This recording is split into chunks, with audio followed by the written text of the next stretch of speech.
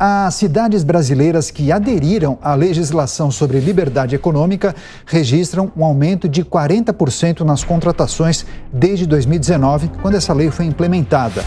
E para analisar esse aumento na empregabilidade nesses municípios, nós vamos conversar a partir de agora com Marcelo Faria. Ele é o presidente do Instituto Liberal de São Paulo e também coordenador do projeto Liberdade para Trabalhar e especialista do Instituto Millennium. Marcelo, seja muito bem-vindo à Jovem Pan News. Boa tarde a todos. Vamos falar um pouco sobre a Lei de Liberdade Econômica e o impacto positivo que ela trouxe para as cidades brasileiras que implantaram. Com certeza. Então, para a gente elucidar algumas dúvidas para a nossa audiência, eu queria que você explicasse no que consiste essa legislação da liberdade econômica e qual o objetivo que ela foi sancionada no Congresso há 3 anos, né? E que balanço é possível fazer desse período? Exato. A lei foi sancionada há exatamente 3 anos e 1 mês. Em 2019, foi uma das primeiras leis do governo Bolsonaro relativas à liberdade econômica, feita justamente para aumentar a liberdade econômica no Brasil. Foi o primeiro passo. O Brasil está muito mal nos rankings de liberdade econômica ainda, mesmo com a lei avançou nesse sentido, mas tem muitas reformas que precisam ser feitas, e essa lei foi feita para, primeiro, inverter aquela correlação de forças que normalmente tem o empreendedor com o Estado. Então, sempre ficou aquela coisa do Estado ter mais poder do que o empreendedor, e a lei tenta inverter isso um pouco, permitir que o empreendedor tenha livre iniciativa e possa empreender com maior liberdade.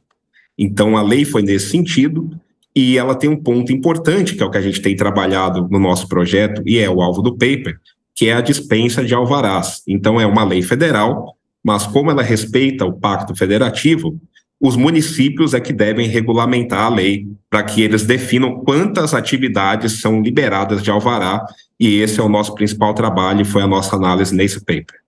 Perfeito. E quais são as principais cidades e estados que acabam colhendo os frutos por terem aderido a essa nova legislação?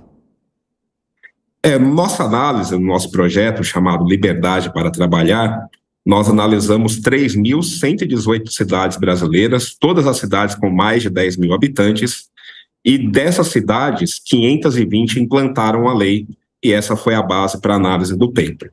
Os estados que mais avançaram na implantação da lei foram o Rio Grande do Sul, Minas Gerais, que tem feito um trabalho formidável nesse sentido, porque Minas Gerais tem muito mais cidades do que os outros estados brasileiros, Santa Catarina e Espírito Santo, são os estados que têm a maior proporção de cidades com mais de 10 mil habitantes que implantaram a lei e colheram benefícios com essa implantação. Então, tem cidade que aumentou o número de admissões 60%, mas, na média, como você bem falou, as cidades que implantaram a lei de liberdade econômica tiveram aumento de admissões, de contratações em 40%, e também tiveram de demissões em 25%, um número menor, ainda assim um número razoável, porque, obviamente, quando tem mais empresas abrindo, se formalizando, vai ter mais gente contratando e também, eventualmente, a empresa pode dar errado e seja necessário demitir. Mas, ainda assim, foi um impacto muito positivo trazido pela lei nas cidades que implantaram. Então, a gente tem um caminho muito longo ainda pela frente, só 16,6% das cidades brasileiras implantaram a lei, mesmo depois de 3 anos da sanção. Marcelo Faria, presidente do Instituto Liberal de São Paulo. Agora seguimos com a pergunta do comentarista do Grupo Jovem Pan, Miguel Daoudi. Marcelo, boa tarde. Marcelo, uma curiosidade, né? Pelo que eu entendo da Lei de Liberdade Econômica, há facilidade de você ter alvarás para funcionamento. Você não tem nenhum benefício tributário, você tem aquelas facilidades. Eu vejo aqui em São Paulo, acho que em torno de 90% dos estabelecimentos comerciais não tem alvará, né? Essa lei pegou nesse sentido? Você não acha que devíamos ter uma complementação no sentido de melhorar a questão do trabalho em si, diminuir a tributação do trabalho? Com certeza, é uma coisa que nós precisamos trabalhar no Brasil, essa tributação sobre o trabalho, ela é impactante, mas a própria lei, ela traz uma vantagem que é o município decidir quantas atividades ele libera. Então, a lei ela define que atividades de baixo risco podem ser dispensadas de alvará. Só que cada município ele define a quantidade de cidades que serão liberadas. Então, na média, os municípios que aprovaram, a cidade de São Paulo foi um deles, liberam em torno de 300 atividades. Nas Minas Gerais, por exemplo, a média lá são 701 atividades, que foi uma determinação do governador, do Romeu Zema, no sentido de que avançasse ainda mais o número de atividades liberadas no estado. Então, cada cidade vai definindo a quantidade de atividades liberadas. Então, obviamente, quando você tem uma cidade que libera 300, ela tem menos liberdade para empreender ainda do que uma cidade que liberou 700, ou do que Esteio, no Rio Grande do Sul, que liberou mais de 1.000 atividades. Então, a própria lei permite que a cidade aumente essa liberdade e que dispense o alvará de mais atividades, só que vai da vontade política, geralmente, dos vereadores e da prefeitura para ampliar essa quantidade de atividades liberadas de alvará. Agora, Marcelo, eu quero aproveitar sua presença, ainda aqui virtual, queria prestar serviço. Certamente, gestores públicos e até prefeitos podem estar acompanhando essa entrevista agora, ou talvez acessem esse conteúdo depois nas redes sociais e nas plataformas digitais do Grupo Jovem Pan. Como os municípios fazem para elaborar esses projetos e de que maneira eles têm que se organizar para regulamentar todo esse processo em relação à lei naquela realidade? A gente, claro, fala de São Paulo, de Belo Horizonte, ou dos grandes estados, Minas Gerais, Rio de Janeiro, mas é aquelas cidades menores. Como implementar essas mudanças? Começa por onde?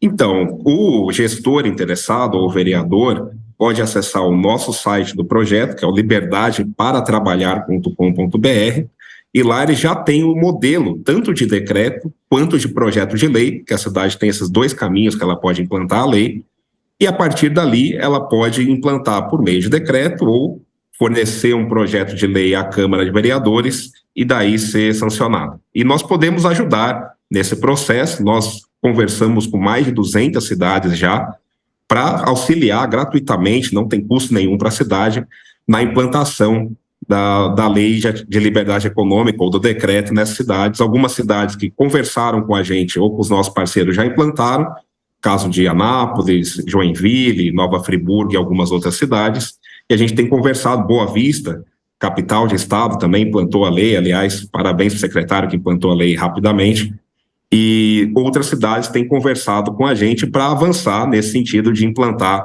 a lei ou o decreto em suas cidades. Então, a gente dá todo o suporte que a cidade precisar para que ela avance nesse sentido. Basta entrar lá no site do projeto, como eu disse, liberdadeparatrabalhar.com.br. Miguel Daúde, mais uma questão, por favor.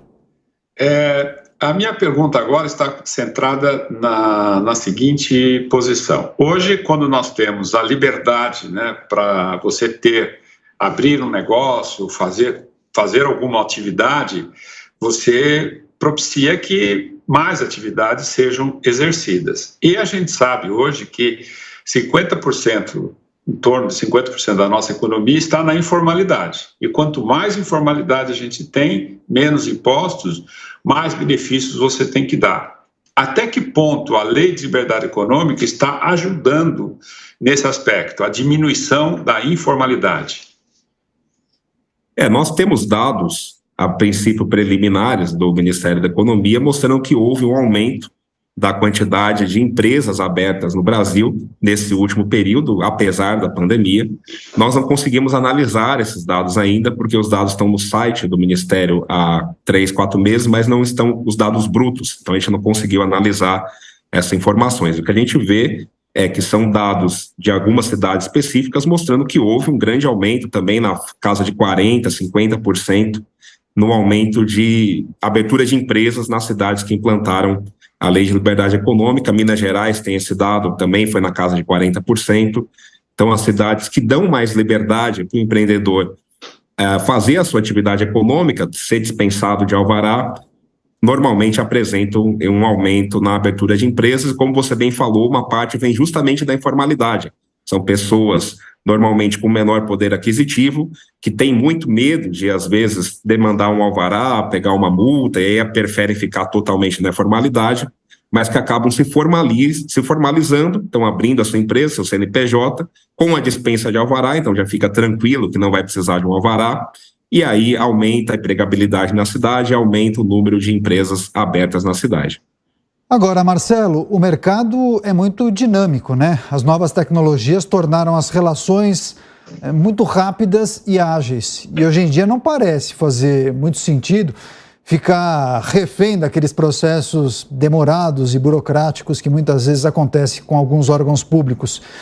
O que ainda falta quando a gente olha para os países de primeiro mundo, é preciso fazer mais ajustes na legislação, na sua avaliação? Sim, a gente tem um trabalho bem grande pela frente na legislação brasileira, nos 3 níveis, no federal, no estadual e no municipal, para avançar ainda mais a liberdade econômica no Brasil. Um problema que normalmente tem em algumas cidades, inclusive algumas que nós já conversamos, é a questão do Código de Obras. O Código de Obras das cidades normalmente é emaranhado de normas também que atrapalha tanto a atividade empreendedora como a própria atividade residencial, das pessoas morarem, terem sua casa construída regularmente. Então, questão de regularização fundiária, é que inclusive o governo Bolsonaro avançou bem nos últimos anos na questão de regularização fundiária, também é importante, né? Mas modernizar a lei para tornar mais fácil a regularização fundiária cada vez mais, modernizar a lei para tornar cada vez mais fácil a abertura de empresas. Então, há uma série de reformas que o Brasil precisa fazer e, como vocês estavam aí discutindo a questão da eleitoral, inevitável nesse período, né? Obviamente que a candidatura aí do Luiz Inácio é certamente um retrocesso nesse sentido, porque o que ele prevê é menos liberdade econômica, isso sempre foi a bandeira do PT, reduzir a liberdade econômica, aumentar a burocracia, aumentar a exigência, aumentar impostos. Então, obviamente que a questão eleitoral também vai afetar nessas reformas nos próximos anos, dependendo de quem for eleito presidente. Perfeito. Para fechar, a última questão de Miguel Daúde. Por favor, Daúde. Já que você colocou nesse modelo de Estado, que muitas vezes complica a vida do país, existe talvez aí alguma proposta de mudar a reforma trabalhista? Você acha isso bom? Não, é péssimo. A CLT brasileira é uma legislação bastante antiga, tudo bem que ela teve reformas nos últimos anos, mas retroceder nesse sentido, como propõe o candidato Luiz Inácio, seria péssimo para o país. Então, quando o empreendedor tem mais liberdade, inclusive trabalhista para contratar e para demitir também, porque se ele tem liberdade para contratar, ele tem que ter liberdade para demitir, é o que permite o dinamismo da economia e das empresas, ele gera mais empregos e isso é bom para todo mundo. Quando você propõe um retrocesso na reforma trabalhista, como propõe o Lula, o que ele quer é mais burocracia, mais Estado regulando e, obviamente, isso gera menos empregos. Então, quanto mais liberdade, mais atividade empreendedora, mais pessoas sendo empregadas, maior dinamismo na economia. Quando menos liberdade, mais Estado, menos dinamismo na economia. Na prática, é o que nós temos de conflito aí nas 2 candidaturas no segundo turno. Mais Estado ou menos Estado. É isso, a Lei de Liberdade Econômica em destaque nessa entrevista especial com o Marcelo Faria, presidente do Instituto Liberal de São Paulo, a quem agradecemos demais pela participação. Marcelo, bom domingo e até a próxima. Muito obrigado, bom domingo a todos e até a próxima.